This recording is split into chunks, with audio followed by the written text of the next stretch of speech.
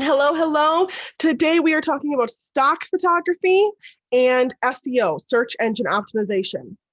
Let's get right into it. My name is Jocelyn Kopak. I am the CEO and owner, founder, chief creative, chief creative strategist, right, of the digitalmarket.co. We're a marketing agency that helps businesses bring their brands online and build their audiences. And so today we're talking about stock photography and the impact on SEO and how it can look at your rankings, how you can put some strategy behind the photos you're using on your web pages, on your landing pages, and making sure that they are working for you.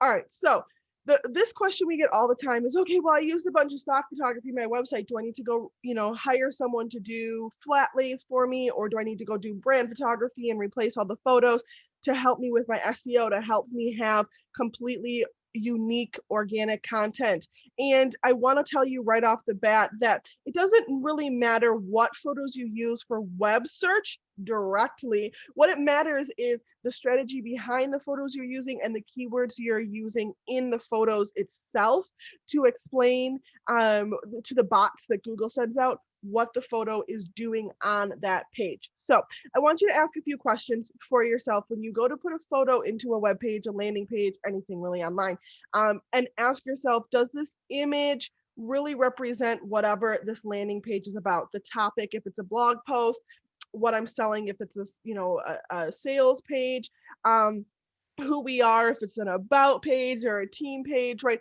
Does this image accurately represent what we're talking about on this page? Some images are not the best choice. And I mean, that's completely honest. If you're talking about dog training, which is like my favorite example when I talk about SEO, if you're talking about dog training and you put a picture of a giraffe in there, it's not going to make any sense, right? And so you have to really be clear about why you're using this image and where you're placing it. And that brings it into my second question you need to ask yourself.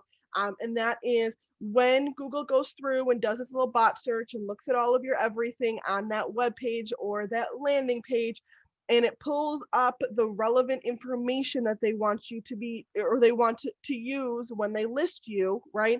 So think about it this way. If you go on Google and you search dog training, there's going to be a title, and then there's going to be a description, and sometimes they include an image, right?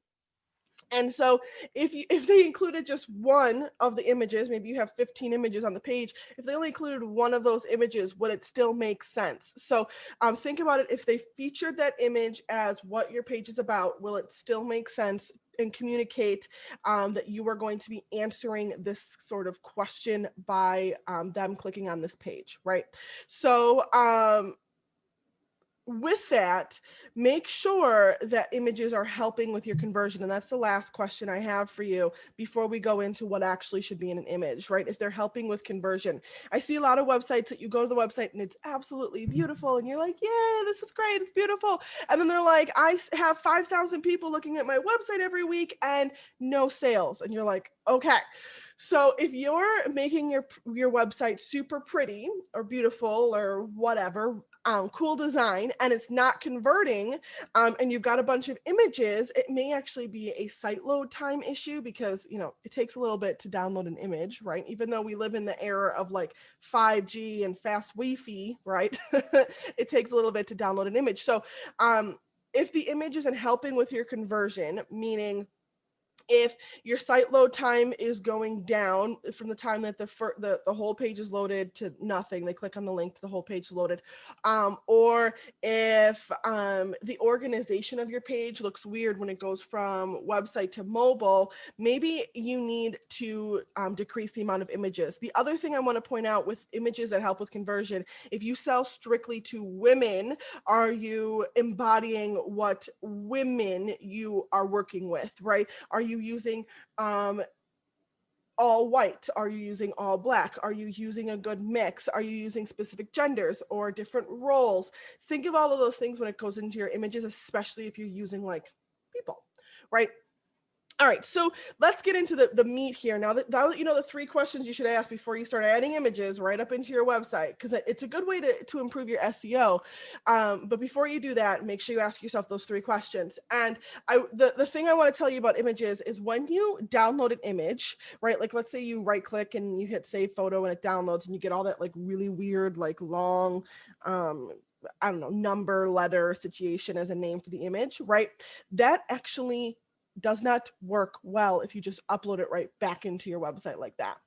So when you upload your picture, first and foremost, it depends on what web platform you're using, WordPress, Squarespace, Wix, etc. Right? Depends. But my recommendation is whatever keyword you're trying to rank for in that page, on that page, in that site, in that landing page, whatever, make sure you name your photo something along those lines. And also make sure you put a description on it. So your photo, let's say it's again about dog training, you're downloading a picture of a dog sitting, right? And it's all these numbers, rename it with basic dog training hacks with dashes in between each word. And then say, you know, dog sitting patiently, right? And dashes in between each of those words. And that's the name of the photo. And then when you upload it into your website, even if Google can't actually see, they know what the photo is about. And you're utilizing what you're telling them the photo is about to help you rank your page higher on Google or Bing or whatever search engine you're trying to work on.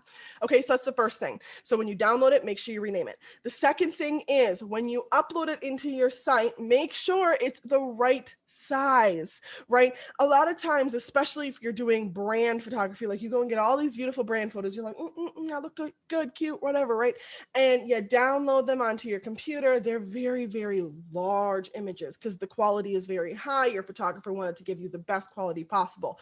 Guess what? You've got to resize those images to be smaller so that they load quicker on your website. So just keep that in mind. There's a bunch of free stuff online. You just have to Google resizing photo for a web page, and there's a bunch of stuff you can upload your photo and it'll download it again in a better size for web optimization, meaning it'll help your page load quicker.